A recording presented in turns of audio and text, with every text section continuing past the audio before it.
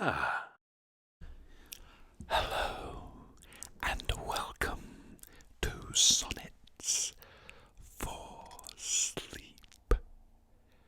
In today's episode, we will be hearing Sonnets 121 through to 130. So sit back, relax, and close your eyes as we listen to the wonderful prose of William Shakespeare. Sonnet 121. 'Tis better to be vile than vile esteemed, when not to be receives reproach of being, and the just pleasure lost, which is so deemed not by our feeling, but by others' seeing. For why should others' false adulterate eyes give salutation to my sportive blood?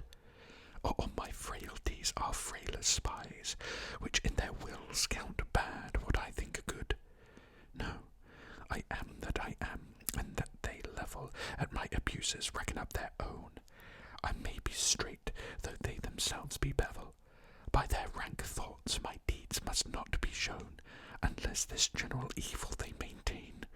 All men are bad, and in their badness reign. Sonnet 122. Thy gift, thy tables are within my brain, full charactered with lasting memory, which shall above that idle rank remain beyond all date, even to eternity. Or at the least, so long as brain and heart have faculty by nature to subsist, till each to raised oblivion yield his part of thee, thy record never can be missed. That poor attention could not so much hold, nor need I tallies thy dear love to score. Therefore to give them from me was I bold, to trust those tables that receive thee more. To keep an adjunct to remember thee were to import forgetfulness in me.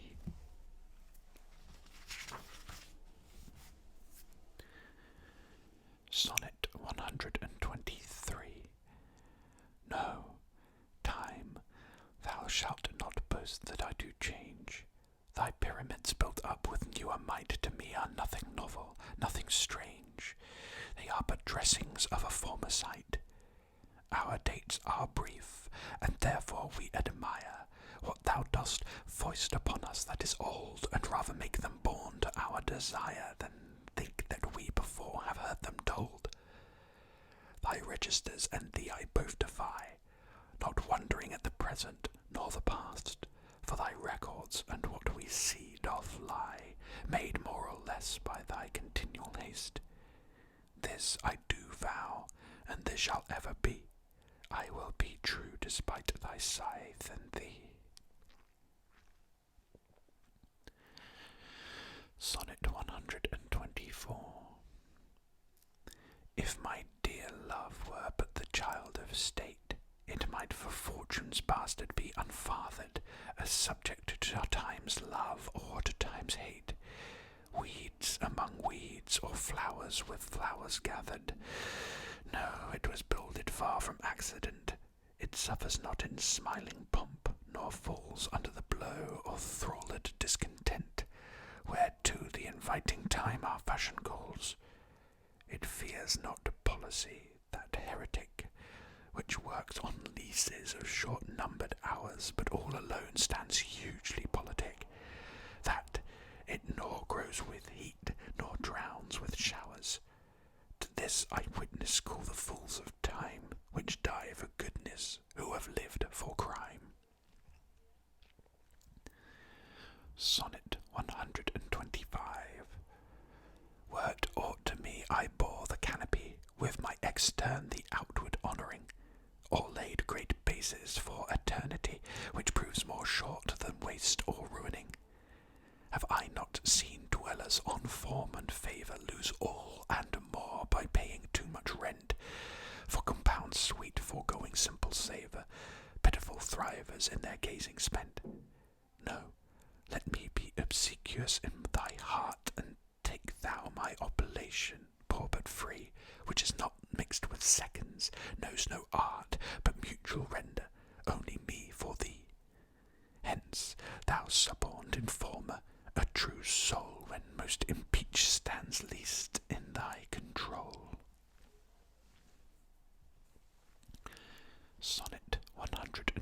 26. O thou, my lovely boy, who in thy power dost hold a time's fickle glass his sickle hour, who hast by waning grown, and therein showest thy lovers withering as thy sweet self growest, if nature, sovereign mistress, overrack as thou goest onwards, still will pluck thee back. She keeps thee to this purpose, that her skill may time disgrace and wretched minutes kill. Yet fear her, O thou minion of her pleasure, she may detain, but not still keep her treasure. Her audit, though delayed, answered must be, and her quietus is to render thee.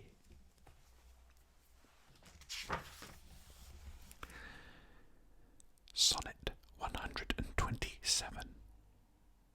In the old age black was not counted fair, or if it were, it bore not beauty's name. But now is black beauty's successive heir, and beauty slandered with a bastard shame. For since each hand hath put on nature's power, fairing the foul with art's false borrowed face, sweet beauty hath no name, no holy bower, but is profaned, if not lives in disgrace. Therefore my mistress's eyes are raven black, her eyes so suited, and they mourners seem at such who, not born fair, no beauty lack, slandering creation with a false esteem. Yet so they mourn, becoming of their woe, that every tongue says beauty should look so. Sonnet 128. How oft, when thou, my music playest upon that blessed wood, whose motion sounds with thy sweet fingers, when thou gently swayest the wiry gongold that mine ear confounds, do I envy those jacks that nimble leap to kiss the tender inward of thy hand, whilst my poor lips, which should that harvest reap, at the wood's boldness by thee blushing stand? To be so tickled, they would change their state and situation with those dancing chips, o'er whom thy fingers walk with gentle gait, making dead wood more blessed than living lips. Since saucy jacks so happy are in this, give them thy fingers, me thy lips to kiss.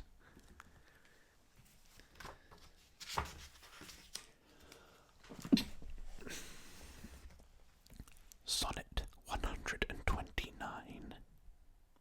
The expense of spirit in a waste of shame is lust in action, and till action, lust is perjured, murderous, bloody, full of blame, savage, extreme, rude, cruel, not to trust, enjoyed no sooner, but despised straight, past reason's hunted, and no sooner had past reason hated as a swallowed bait, on purpose laid to make the taker mad, may aid in pursuit and in possession, so had, having, and in quest have extreme, a bliss in proof, and proved a very woe, before a joy proposed, behind a dream.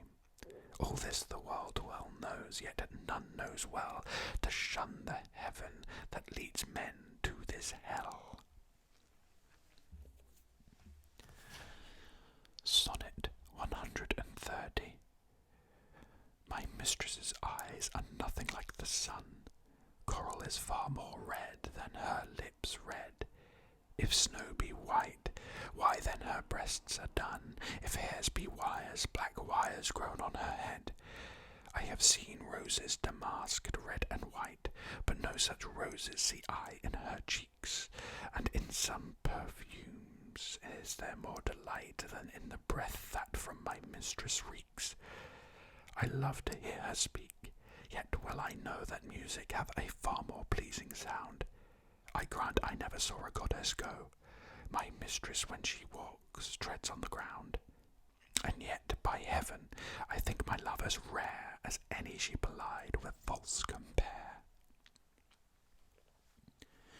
Thank you for joining me for these sonnets for sleep.